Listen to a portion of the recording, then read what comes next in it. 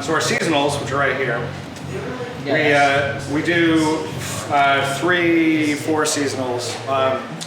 Our Mardi Gras seasonal, our king cake syrup, is only available January 6th until Mardi Gras Day. We have a little baby that sits on the top. I should the label off here like this, and it basically it's beautiful. We do roasted cassia bark, pecan extract, and lemon oleo. What we find is that down here in the South, king cake is this crazy brioche cake that has a little baby inside of it, and it's only released during Mardi Gras season. And what's crazy is that my wife is from New Orleans, and we went through a bunch of different recipes for it, and I made this one, and she was like, "Oh my God, you made a king cake in a bottle! I can't believe it." But it's also the cinnamon is not predominant. Like, you smell it.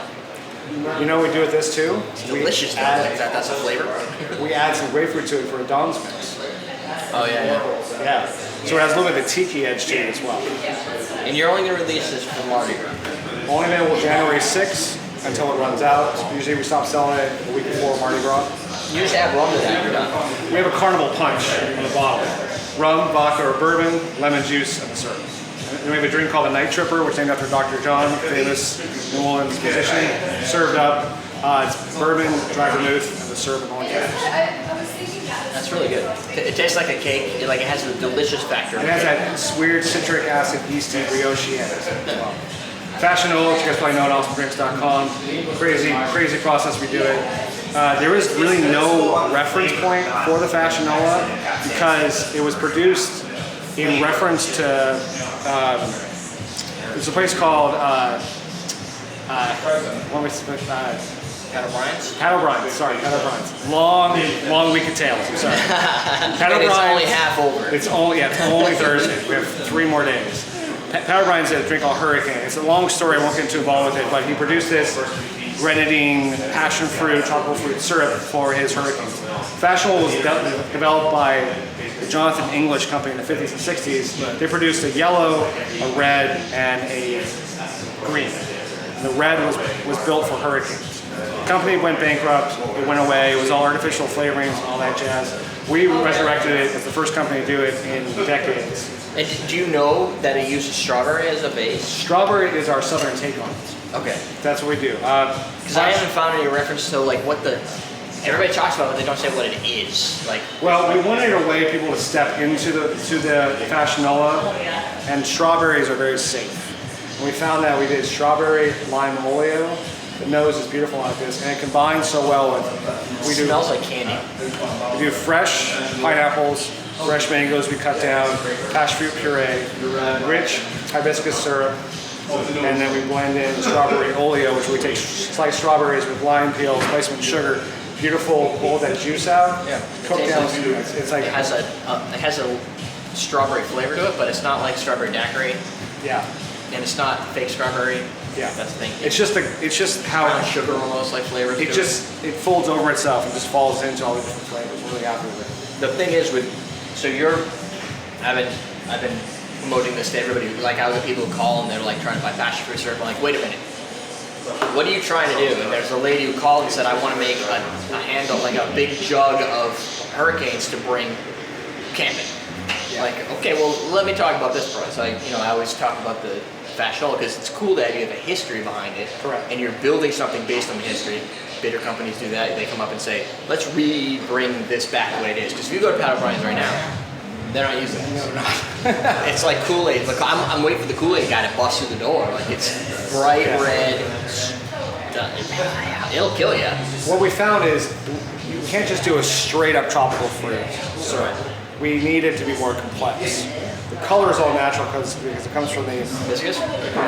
Hibiscus, and it's more floral. It's more acidic. And then the strawberries, when I started taking strawberries down here during the season, that's why it's only available until it runs out pretty much. Right. Strawberries are amazing, aromatic, beautiful like this. And when we started working with it, we're like, strawberries are safe. We're going to introduce a syrup that's been pretty much dead for the past decades now. How do we get people into it? And Hurricanes themselves aren't really known outside of New Orleans, and if they are, people are like, I had 4 or 5 of them, and I had this terrible one. I have my glass. I bought it. I have my glass. So I think it's a pretty good syrup. So Thank you. So the Switchel and the Haymakers. never had it. These are actually two really amazing seasonal syrups we're doing, or seasonal releases we're doing. The Switchel is a northeastern colonial farmer's punch.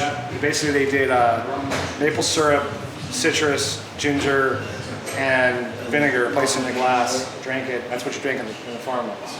Pennsylvania, upstate New York, all that jazz. Switchel syrups are around these days. What we want to do is we want it to produce essentially a base for bucks and highballs, the ginger, and then this is basically for bars and restaurants. You can actually make this stuff at home as well. We wanted Yeah, this is. I remember I spelled this before. It's got that vinegar on it. vinegar scariness that people who don't appreciate a shrub go, whoa. So what we do is But it doesn't taste like the vinegar. It tastes like we use the it's like a vinegar to extend the ginger on the back end. yeah, but it's not like overly spicy like Yeah, burny. Bernie, like pulled all the Yeah. puckery.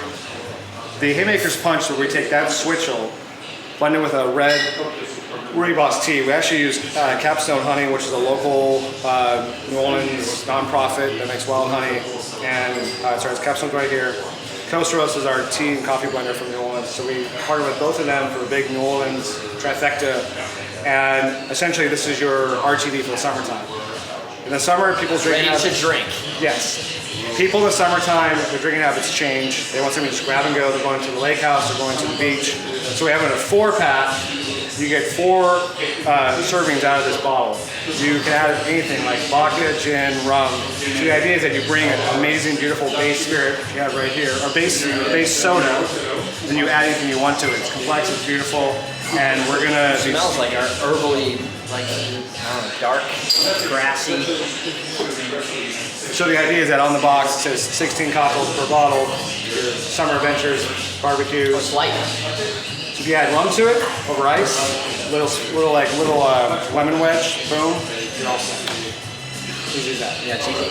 Yeah, it's so contrasting to these because these are like your condensed, concentrated syrups, and this is like it's kind of done. Like you almost just drink it as a cocktail, forgetting it doesn't have alcohol. So that's and if you add rum to it, you add anything that you prefer. It means you can get you get a 4-pack. It's make or bring a bottle of tequila. They like tequila, like rum, like vodka. Everybody can play in the same sandbox. Right.